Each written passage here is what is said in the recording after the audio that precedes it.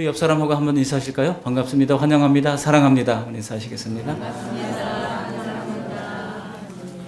네, 오늘 주시는 말씀의 제목도 같이 한번 읽어보시겠습니다. 여호와께로 돌아오라. 아멘. 네, 여호와께로 돌아오라.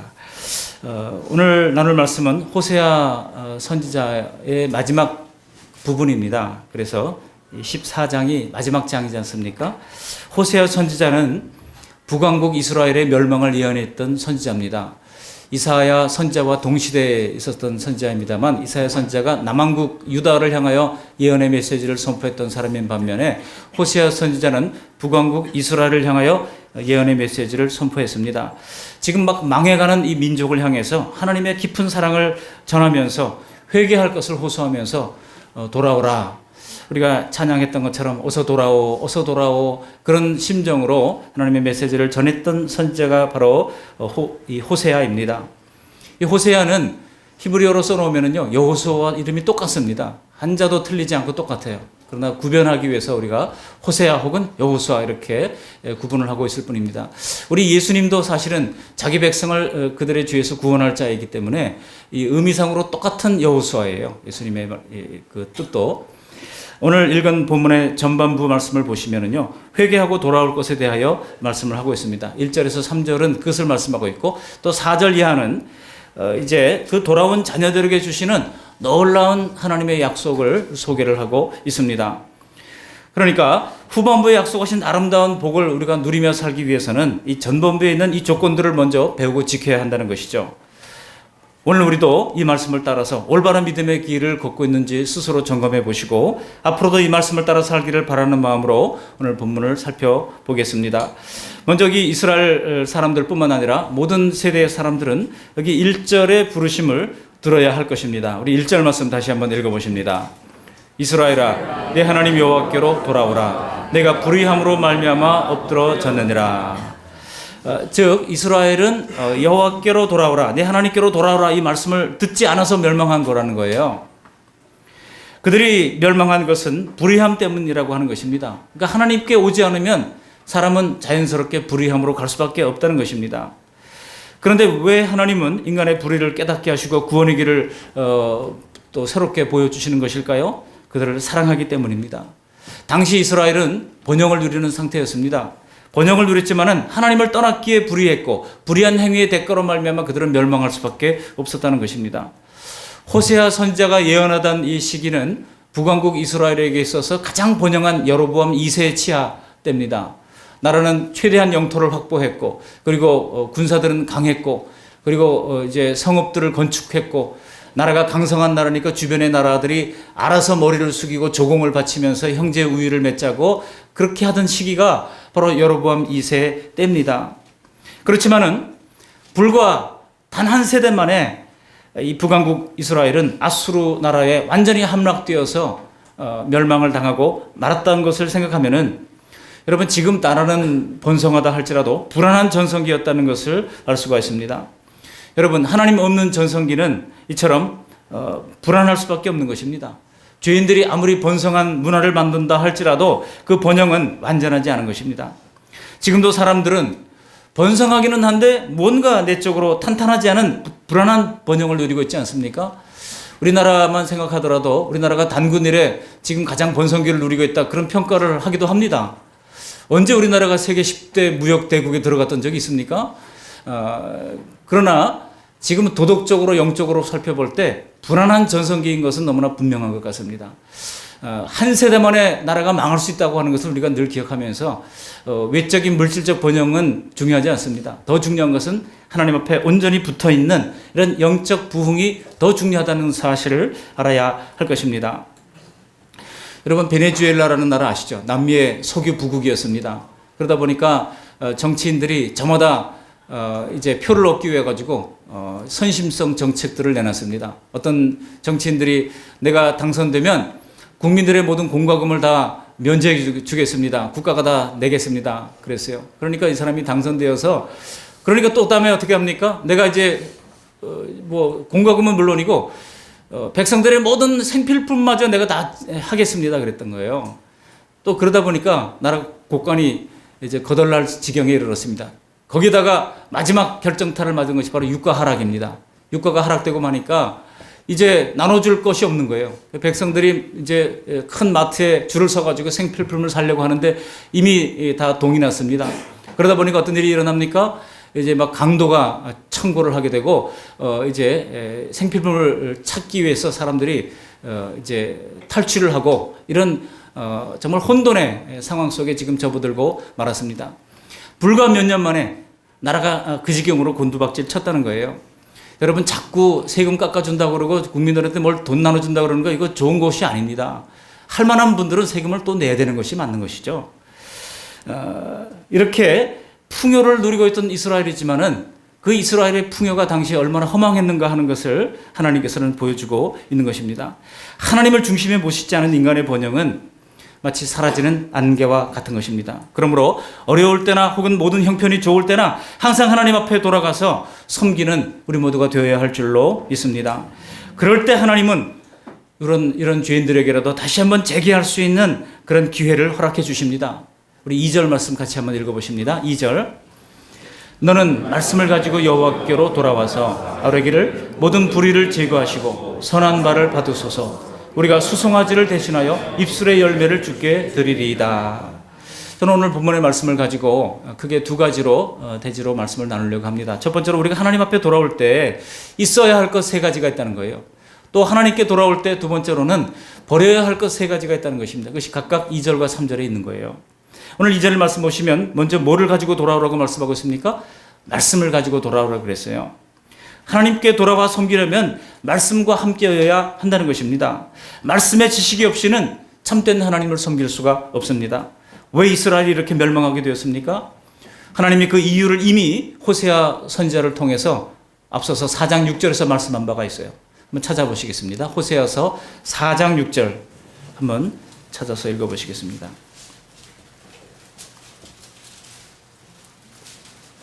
찾으셨습니까? 함께 읽습니다.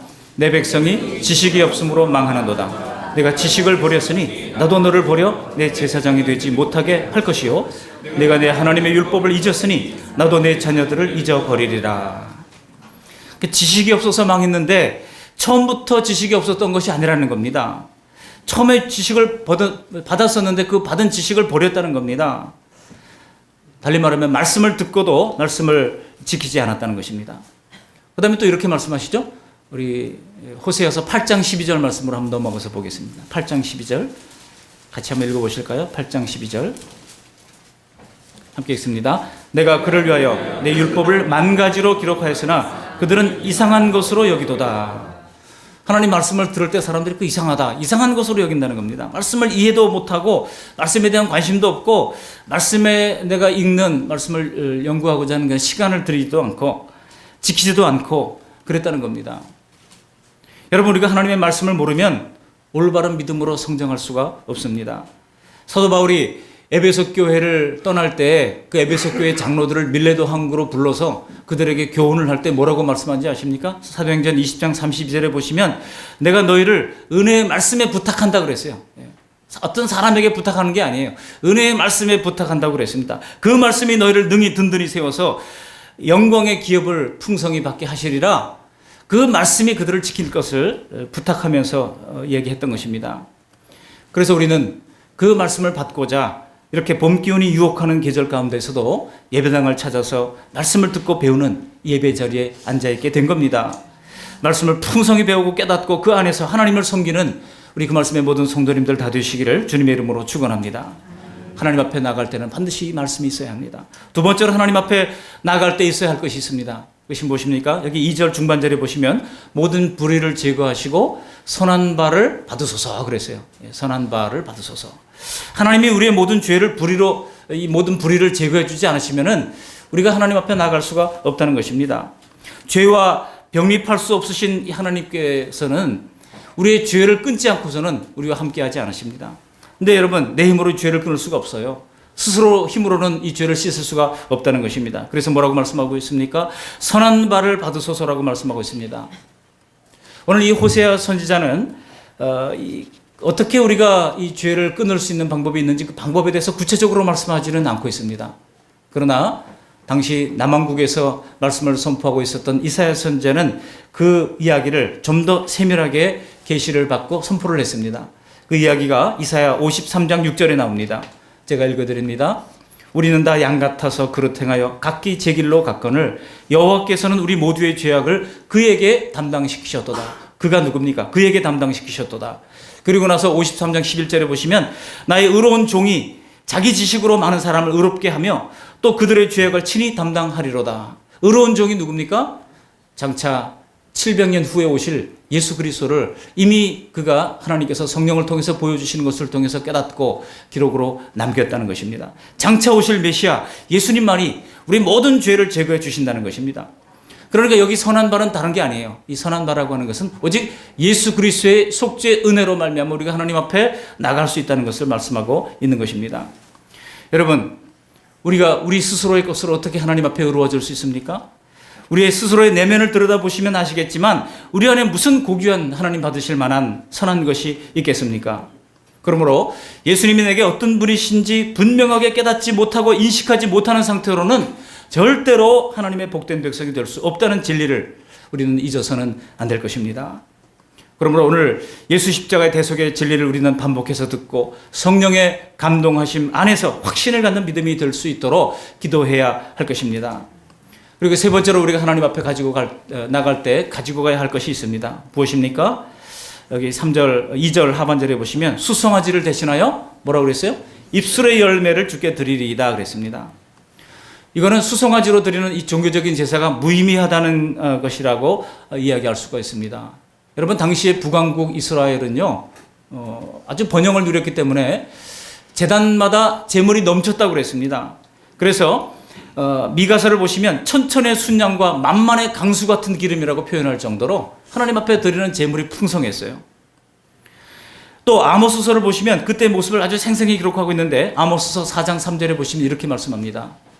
너희는 베델에 가서 범죄하며 길갈에 가서 죄를 더하며 아침마다 너희 희생을 3일마다 너희 11조를 드리며 라고 이야기를 하고 있습니다. 여기 베델과 길갈은 이스라엘의 종교 성지입니다. 아주 중요한 종교적 기념비가 있는 그런 곳이 바로 길갈이요, 그런 곳이 바로 베델입니다. 베델에서 예물을 드립니다. 하나님 앞에 예배를 합니다. 그러면서 그들이 뭐를 했다는 거예요? 더불어 범죄를 했고 죄를 더했다는 거예요.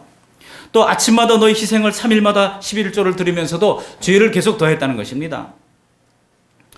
과거에 부흥사님들이 오셔서 부흥회를 할 때 들었던 얘기가 갑자기 기억납니다. 무슨 얘기를 했는가 하면은 새벽 기도를 마치고 돌아가는데 옛날에 말이죠. 돌아가다 보니까 어떤 이 호박밭을 지나가게 되는데 애호박이 너무나 예쁜 거예요. 그래가지고 새벽 기도 마치고 돌아가시는 이 집사님이 그 애호박을 하나씩 따가지고 가서 이제 맛있게 찌개도 끓여 먹고 이제 먹었다는 겁니다. 그런데 그 호박밭 주인이 가만히 보니까 이게 저녁에도 분명히 달려 있었는데 아침에 나가 보니까 없거든요. 그래서 이거 이상하다 하다가 어느 날 잠복 근무를 하게 됐습니다.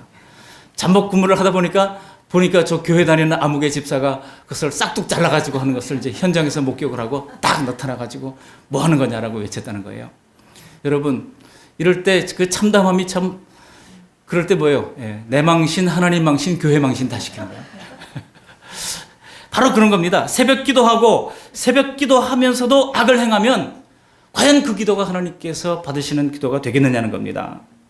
우리 하나님이 원하시는 것은 종교의식이 아니라는 것입니다. 그래서 종교의식 대신 입술의 열매를 드린다고 말씀하고 있습니다. 우리 입에서 나오는 말이 얼마나 중요한지 그 입술의 말이 하나님께 드릴 수송아지를 대신한 예물이 될 수 있다는 거예요. 여러분, 과연 지금 우리가 매일 하는 말들은 주님께 드릴 만한 것들입니까? 우리가 말을 할 때 항상 조심하고 삼가야 할 것은 말이 곧 우리의 신앙의 실체를 이제 드러나게 보여주는 그런 바로미터라고 할 수 있기 때문입니다. 물론 겉으로 외교적인 말을 하고 수사학적인 말을 하고 공손하고 은혜로운 신앙의 말을 한다고 해서 그 믿음이 다 순수하다고 볼 수만은 없습니다. 그러나 동일하게 불손하고 거칠고 험한 입술 속에는 절대로 하나님이 이 참된 신앙을 담을 수가 없다는 것 또한 진리라는 사실을 기억하시기 바랍니다. 하나님은 우리가 입 밖으로 내는 말을 우리의 본심으로 받아들이시겠다고 말씀하십니다. 그래서 출애굽한 이스라엘 백성들이 매일 불평하고 원망하고 교만하고 그러지 않습니까? 원불교라고 그랬어요. 원망하고 불평하고 교만하고. 이 세 가지 특징을 가진 이스라엘 백성들이 나중에 뭐라고? 우리는 가나안 땅에 들어가지도 못합니다. 그러면서 우리는 가나안 땅에 들어갈 형편도 못 되는데 우리는 마치 메뚜기 같다고 메뚜기 콤플렉스에 빠져 있었어요. 그때 하나님이 뭐라고 말씀하십니까? 너희가 말한 내 귀에 들린 대로 너희들에게 행하게 하겠다 그러지 않았어요? 그리고 그들은 다 광야에서 죽고 말았습니다. 광야에서 태어난 이세들이 이제 모압 평지에서 모세의 신명기 강론을 듣고 그들이 마침내 가나안 땅에 들어가게 됩니다. 여러분, 우리의 입술의 말이 얼마나 중요한가 하는 것을 성경은 익히 말씀하고 있는 것입니다. 에베소서 5장 4절에 보시면 사도 바울이 에베소 교회에 이렇게 설명해 주고 있습니다. 누추함과 어리석은 말이나 희롱의 말이 마땅하지 아니하니 돌이켜 감사하는 말을 하라 그랬어요. 옆 사람에게 한번 이렇게 얘기하시기 바랍니다. 감사하는 말을 하겠습니다. 예, 누추한 말, 어리석은 말, 희롱의 말 마땅하지 않다는 거예요. 예. 성도들이 모여가지고 자꾸 삼삼번 모여가지고 다른 사람 흉보는 말 하지 말라는 겁니다. 오히려 감사하는 말을 하시기를 바랍니다. 그러니까 오늘 본문에서 2절에 보시면 하나님 앞에 돌아올 때 우리가 있어야 할 세 가지가 뭐예요? 말씀이고 또 하나는 이 그리스도의 보혈의 공로죠. 선한 제물 대신 예수님 없이는 하나님 앞에 나갈 수가 없다는 것입니다. 그것이 바로 선한 바입니다. 그리고 세 번째로는 입술의 열매를 가지고 하나님 앞에 나가야 된다는 거예요. 반면에 이 두 번째 대주로 이 3절 말씀 보시면 하나님 앞에 올 때 버려야 할 세 가지가 있다고 또한 말씀합니다. 우리 3절 말씀 함께 읽어 보시겠습니다. 우리가 아수르의 구원을 의지하지 아니하며 말을 타지 아니하며 다시는 우리의 손으로 만든 것을 향하여 너희는 우리의 신이라 하지 아니하오리니 이는 고아가 주로 말미암아 궁유를 얻음이니이다 할지니라. 거기 버려야 할 세 가지가 있다고 말씀하는데 아수르의 구원을 의지하지 않는다 그랬습니다. 사실 이 북왕국 이스라엘이 아수르 나라에 멸망했어요. 근데 북왕국 이스라엘을 처음에 침공했던 나라가 아수르만이 아닙니다. 바벨론이 또 침공했거든요. 그럴 때 바벨론이 먼저 침공했어요. 그럴 때 그 바벨론으로부터 구원해달라고 누구에게 손을 빌렸는가 하면은 아수르 나라의 손을 빌렸어요. 이 바벨론이 우리를 침공하려고 그러니 당신이 좀 우리를 도와주시오 하고 요청을 했던 것입니다. 원병을 요청한 거예요.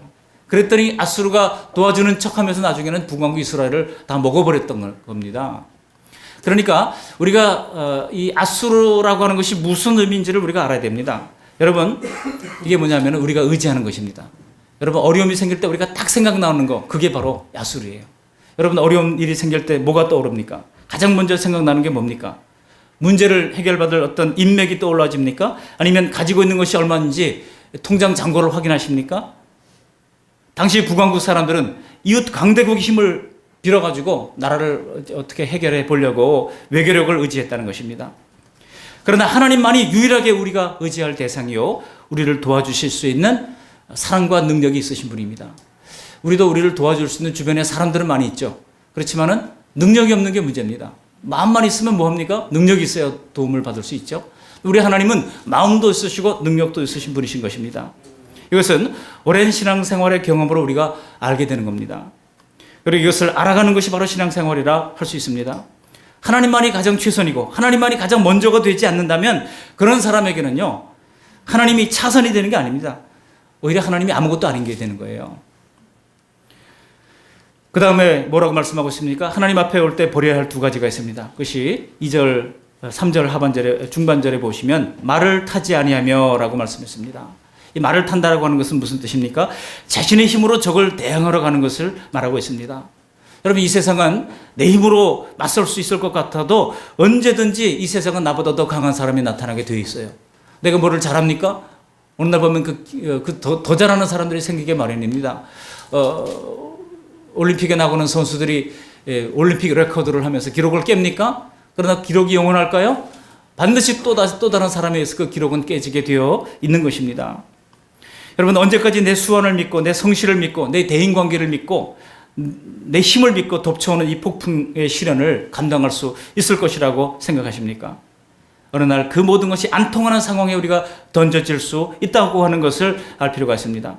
여러분, 그럴 때 다급하게 썩은 동아줄 잡지 마시고 처음부터 견고한 방패와 상급 되시는 우리 하나님을 온전히 의지하는 우리 모두가 되시기를 바랍니다. 세 번째로 우리가 하나님 앞에 돌아올 때 버려야 할 것이 있습니다. 그것이 무엇입니까? 이게 3절 마지막 부분에 보시면 다시는 우리의 손으로 만든 것을 향하여 너희는 우리의 신이라 하지 아니하오리니 그랬어요. 우리의 손으로 만든 것이 무엇입니까? 우상입니다. 이것은 우상을 버리고 하나님 앞에 돌아와야 한다는 것을 말씀해주고 있습니다. 오늘날도 헛된 영적 허상을 가진 채 하나님을 섬기는 사람들이 꽤 많습니다. 하나님을 미신과 우상 숭배와 구별하지 못하고 믿는 것도 다 똑같은 맥락이라고 할 수 있습니다.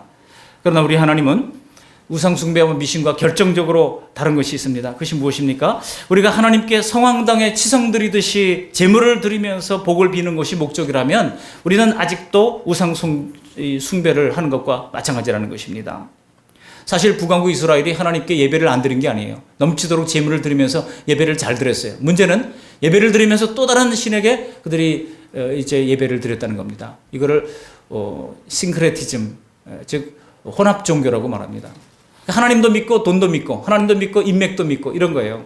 그래서 내가 하나님보다 더 사랑하는 것 어떤 모든 것들이 다 우상이라고 할 수 있는데 그 모든 우상과 하나님을 겸하여 섬겼다는 것입니다.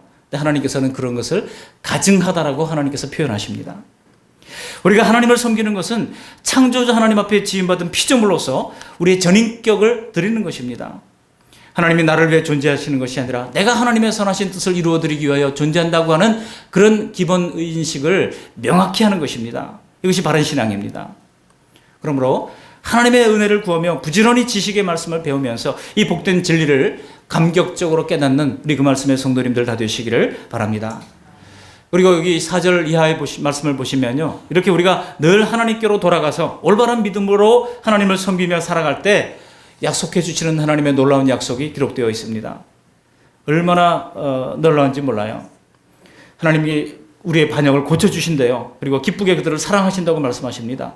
진노를 떠나게 하신다고 말씀하십니다. 그러면서 복을 부어주신다고 약속하시는데 먼저 여기 5절 말씀 같이 한번 읽어보시겠습니다. 5절, 내가 이스라엘에게 이슬과 같으리니 그가 백합화 같이 피겠고 레바논 백향목 같이 뿌리가 박힐 것이라.